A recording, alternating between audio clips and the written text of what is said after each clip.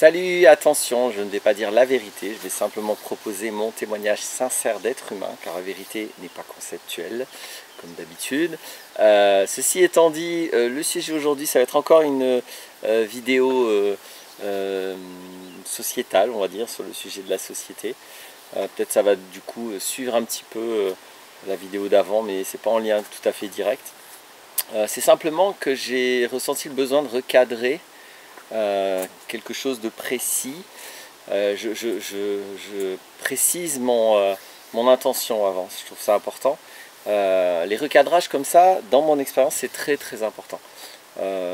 Toute mon expérience d'aider les humains depuis 17 ans m'amène à considérer que la sémantique, c'est-à-dire vraiment les mots que nous mettons sur le monde, sur des parties du monde, pilote intégralement notre expérience. Donc c'est très important pour l'expérience humaine que ce que nous pensons, que les mots, pas les idées, les croyances, c'est important aussi, mais le plus profond, le plus fondateur de l'expérience humaine, c'est la sémantique, c'est-à-dire c'est vraiment les mots et les définitions des mots.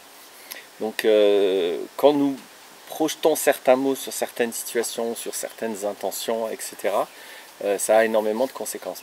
Du coup, c'est très important d'avoir une sémantique et des conceptions qui sont porteuses et qui ne nous mettent pas dans l'illusion ou qui ne nous mettent pas dans un défaitisme. Donc, à cet égard, je vais aborder l'intention de changer de société.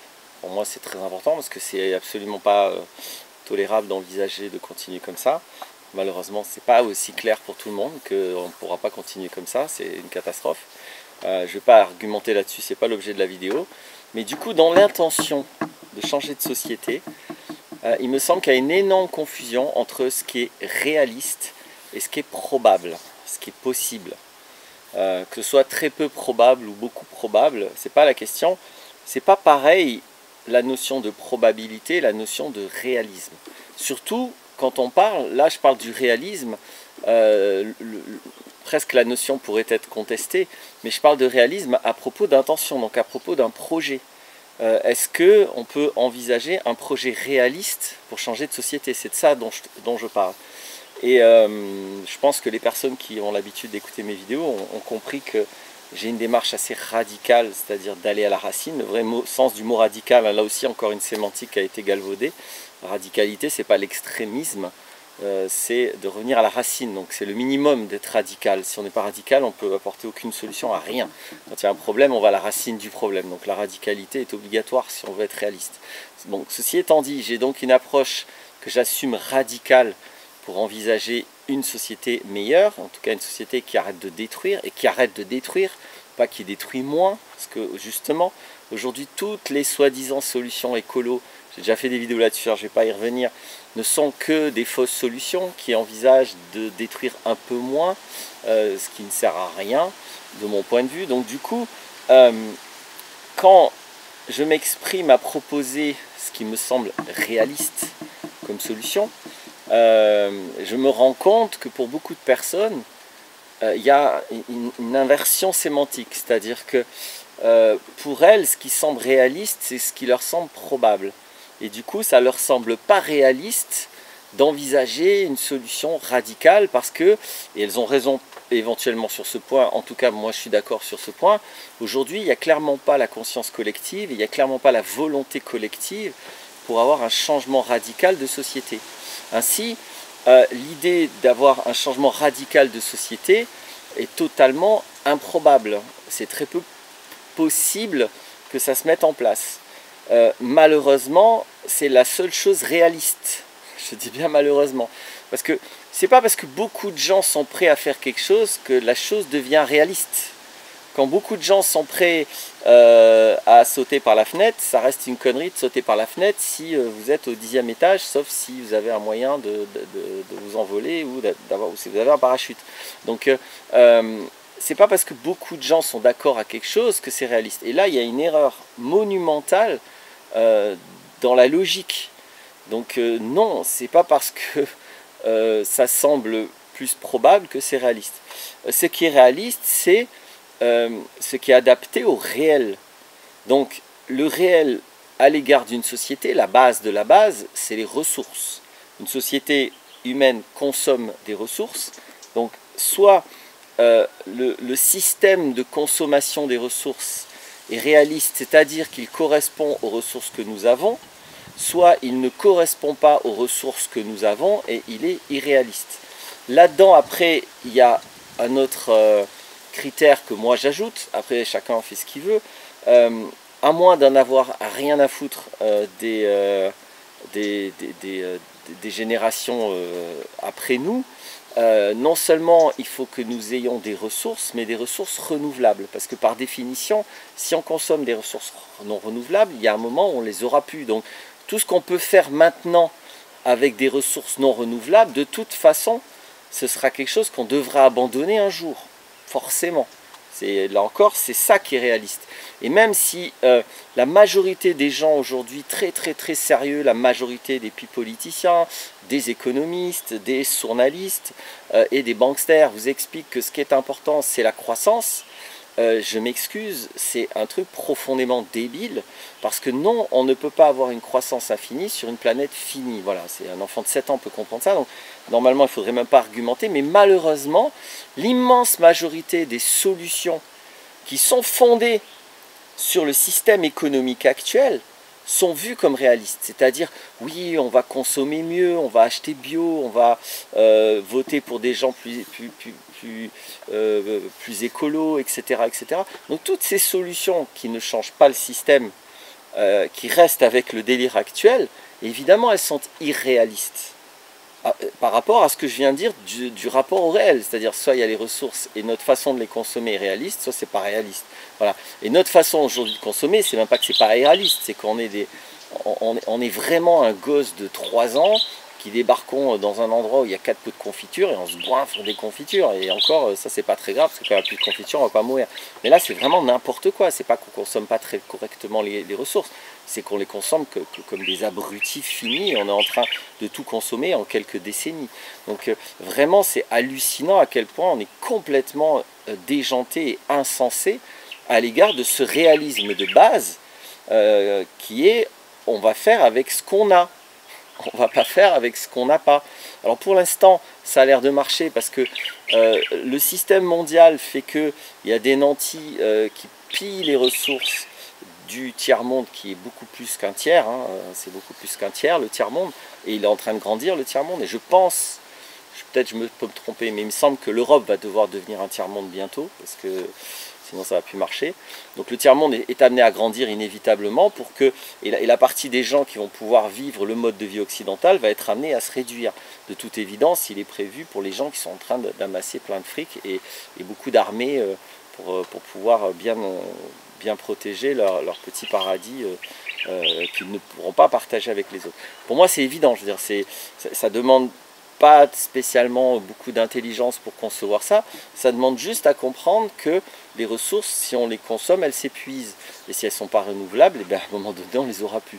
C'est vraiment très simple. C'est juste que je n'ai pas les billes, je n'ai pas les infos pour vous dire ça va arriver dans 5 ans, ou dans 50 ans, ou dans 100 ans, mais ça va arriver. Donc après, on peut avoir un raisonnement égoïste de se dire, oui, bon, moi peut-être je serai mort. Bon, ok, pourquoi pas. J'avoue que ce n'est pas mon raisonnement personnellement. Donc l'idée, c'est, si on pose un vrai réalisme, c'est-à-dire un rapport au réel, c'est ça le réalisme.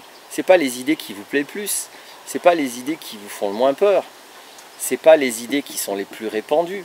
Le réalisme, c'est ce qui est en rapport au réel, c'est ce qui considère le réel sans rien éluder, voilà, sans se voiler la face.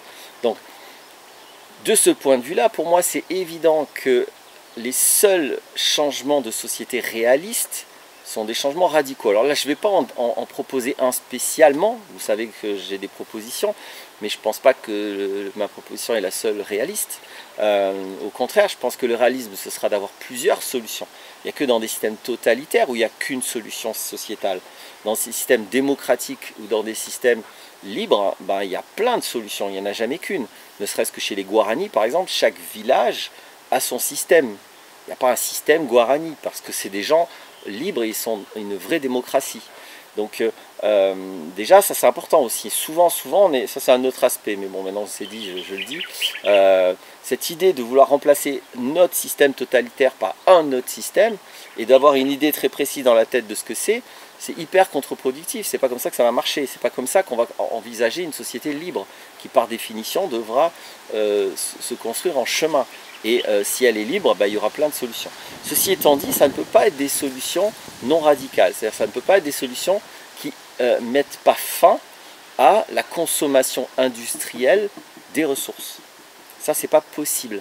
Pour moi, c'est absolument clair que le seul réalisme, c'est de mettre fin à l'ère industrielle.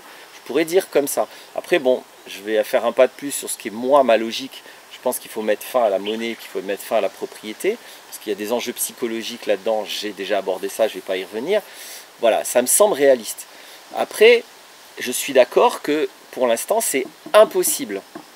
Parce qu'il n'y a pas la volonté, il y a pas, les gens ne sont pas prêts, la majorité, en tout cas, enfin majorité, il n'y a pas besoin de majorité, mais il n'y a même pas la minorité suffisante, il n'y a même pas le collectif suffisant qui a envie de faire ça, clairement. Ça n'intéresse pas les gens de vouloir sérieusement se mettre à une société qui ne va pas détruire. Voilà, comme il y a des sociétés qui existent comme ça sur la planète, hein, où les gens, je ne sais pas, moi en tête, là je pense aux Kogi, hein, je reviens aux exemples que je connais bien, mais il y en a plein, hein, où les Kogi se rassemblent avant de faire un pont quelque part. Ils se rassemblent, ils discutent, ils vérifient les causes, les conséquences, est-ce qu'ils ont les ressources, et surtout vu qu'ils vont détruire des arbres pour faire le pont, bah, ils vont replanter aussi des arbres. Voilà, ils font ça hyper sérieusement et démocratiquement. Et pour eux, c'est évident qu'ils ne vont pas s'amuser à faire un pont juste parce qu'ils en ont besoin, sans mesurer les conséquences de cet acte. Donc voilà une société sérieuse. Et nous ne sommes absolument pas sérieux. Tous les individus ont un pouvoir colossal de destruction, plus grand que quasiment tous les Kogi.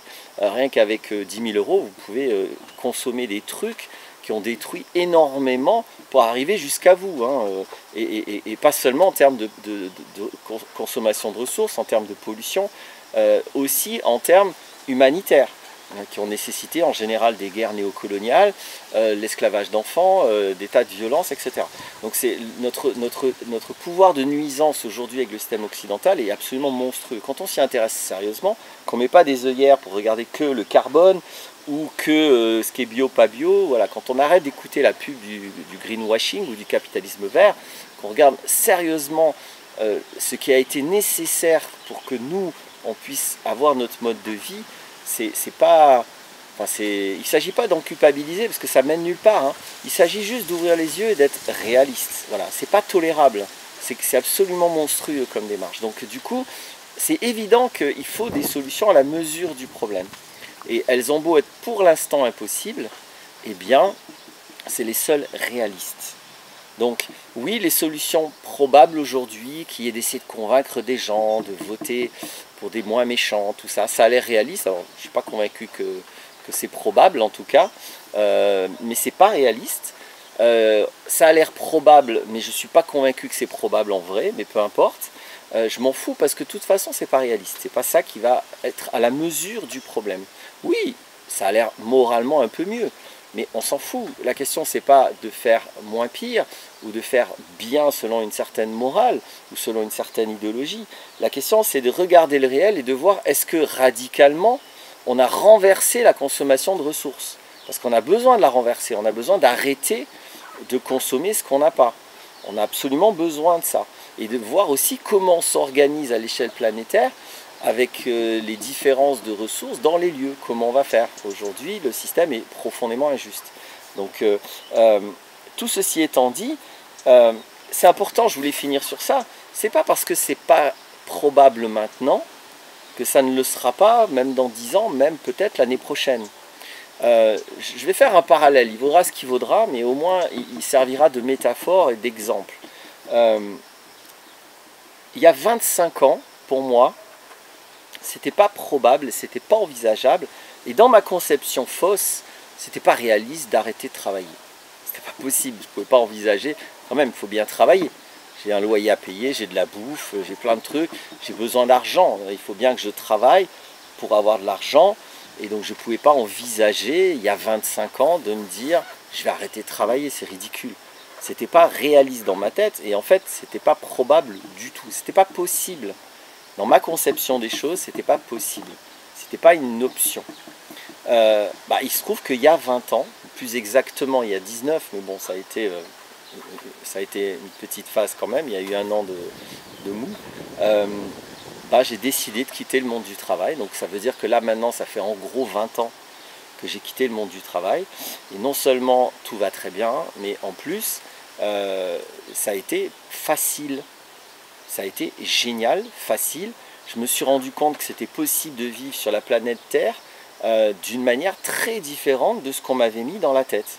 Et donc ce qui avait l'air d'être totalement improbable est non seulement devenu possible, réaliste. Maintenant je peux dire c'était réaliste, ça fait 20 ans. Et j'ai pas eu un seul problème d'argent en 20 ans. Et je viens pas d'un milieu grand bourgeois, au contraire, moi je viens d'un milieu pauvre. Donc c'est pas comme si j'étais aidé j'étais très aidé en termes d'amour et en termes de respect, ce qui est beaucoup, hein, mais j'étais pas aidé matériellement par voilà, faut pas imaginer une chance bourgeoise derrière ça, hein. Non, j'ai effectivement vécu en assumant un mode de décroissance, un mode d'humilité, comment c'est qu'il dit Pierre Rabhi, de sobriété volontaire, je sais plus un terme comme ça, bref. Simplicité volontaire. Donc voilà, c'est juste un exemple, mais c'est important de voir que, ok, aujourd'hui, il y a des choses qui, à l'échelle de la société, sont impossibles, improbables. On s'en fout. Les probabilités, elles changent, puisque nous sommes en train de parler d'humain. Et aujourd'hui, donc, l'aspect le plus important dans un mouvement humain, dans un groupe humain, donc dans une société humaine, c'est la psychologie.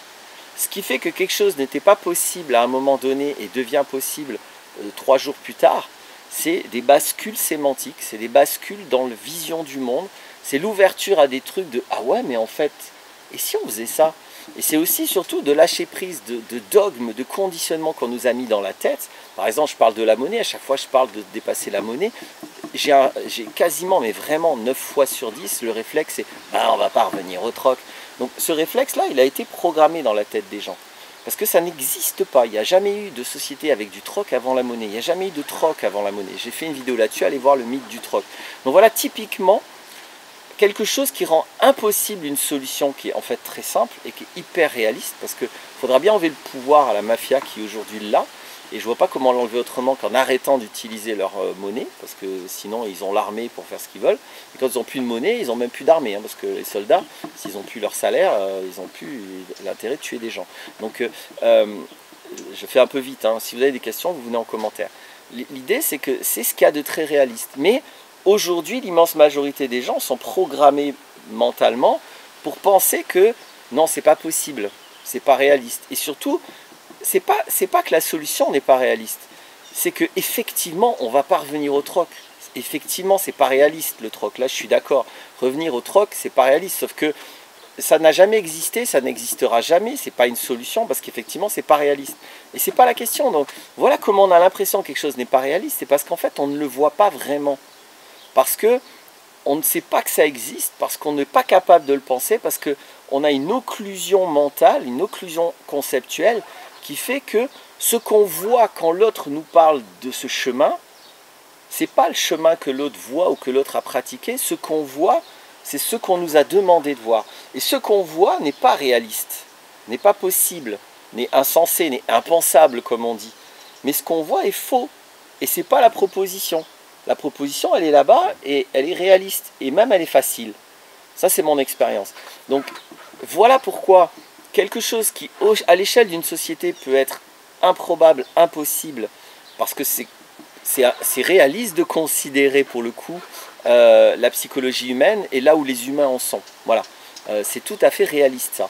Mais ceci dit, là où on a des démarches possibles à faire, si on fait partie, comme moi, des gens qui ont envie de participer d'ores et déjà à la construction d'une société réaliste, non destructrice et respectueuse, c'est de communiquer et de devenir compétent psychologiquement pour aider à déconditionner, à se décoloniser l'esprit, comme dit l'autre.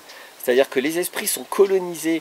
J'ai encore récemment vu un monsieur qui est allé chercher vraiment l'origine du capitalisme. C'est incroyable ce truc-là, je ferai une vidéo là-dessus, où vraiment il a les textes fondateurs en fait de tout le capitalisme et toute notre société occidentale, et c'est incroyable. Évidemment ça on ne vous l'apprend pas à l'école. C'est incroyable de vice en fait, parce que justement l'origine du capitalisme, c'est un mec, un psychologue, j'ai oublié comment il s'appelle, Bertrand de Mobile ou Moville, un truc comme ça. Son idéologie à lui, c'était que si on lâche le vice et si on autorise les humains à être le plus dans le vice et dans la luxure et dans l'immoralité possible, il considère que, il a fait toute une métaphore avec des abeilles et une ruche là-dessus, si les abeilles sont vicieuses et si tout leur est permis, il considère que la société, la ruche s'enrichit.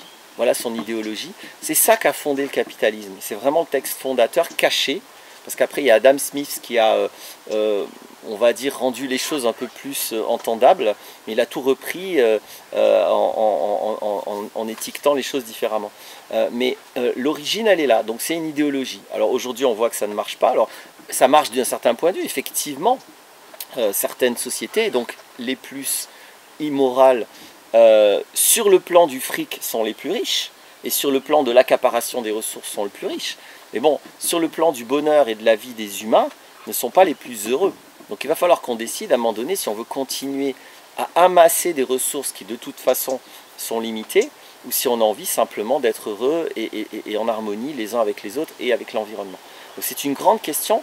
Le capitalisme a répondu à cette question. Le parti pris du capitalisme, c'est on ne s'occupe pas du bonheur, on ne s'occupe pas de l'harmonie, on s'occupe d'accumuler de la matière en fait, hein, parce que la matière soit du fric, que ce soit de l'or, que ce soit peu importe, ou des, comme j'ai oublié son nom, c'est Bernard Arnault je crois, un des hommes les plus riches de la planète, là, il a plus de 300 000 maisons, je crois, un truc comme ça, plus de 300 000, voilà, bon bref, ça devient même, enfin moi je trouve ça risible, je veux dire, je comprends pas comment on peut considérer que cet homme a du succès. Pour moi c'est vraiment un gros loser, je vois pas l'intérêt de ce genre de truc, mais bon bref, donc je vois bien la puissance que ça lui donne et la capacité de nuisance, mais sinon je sais très bien qu'il peut pas être heureux pour avoir besoin de faire des conneries pareilles.